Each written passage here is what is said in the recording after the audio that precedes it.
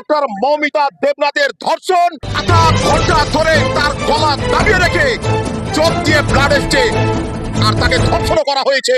গত পরশুদিন রাত্রে আরজিকর মেডিকেল কলেজের ছাত্রী ডাক্তার মৌমিতা দেবনাথ কর্তব্যরত অবস্থায় থাকার পর সেমিনার রুমে ঘুমন্ত অবস্থায় রাতের অন্ধকারে এক নরপিশাচ তাকে ধর্ষণ করে এবং খুন করে। সারা দেশ এই ঘটনার জন্য ভারাক্রান্ত। এই খুনিদের আমরা ফাঁসি চাই, ফাঁসি চাই। আন্দোলনে বেরিয়েছি যেহেতু আমরাও একটা মেয়ে, আর একটা মেয়ের সঙ্গে এটা হবে সেটা আমরা কখনোই মেনে নিতে পারবো না। যে আমাদের গার্জেনরাও তো আমাদেরকে বাইরে পড়তে পাঠাতে অনেক টেনশনের মধ্যে থাকবে, তার উপযুক্ত ফাঁসি শাস্তি হোক।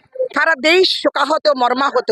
আমি একাধারে শিক্ষিকা, একাধারে আমি একজন মা, আমি তার পরিবারের কাছে সমব্যথী। কালিয়াচকের সজ্জন বুদ্ধিজীবী মানুষেরা, আমাদের ছাত্রছাত্রীরা সম্মিলিতভাবে আজ আমরা বেরিয়েছি, কারণ সত্যি এই মৃত্যু মেনে নেওয়া যায় না।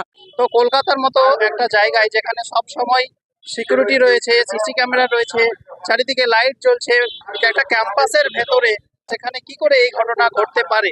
এই ঘটনার পর থেকে আমাদের স্টাফরাও খুব ভয়ে রয়েছেন। কোনো ধরনের অপরাধীকে চিহ্নিত করা হয়েছে? একজনকে অ্যারেস্ট করা হয়েছে।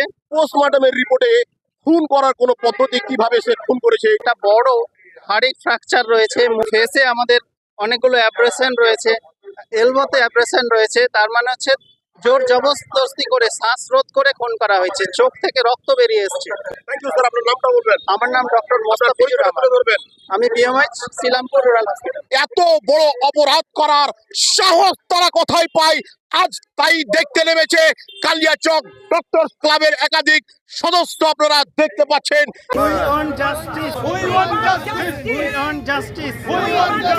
খুনিদের শাস্তি চাই।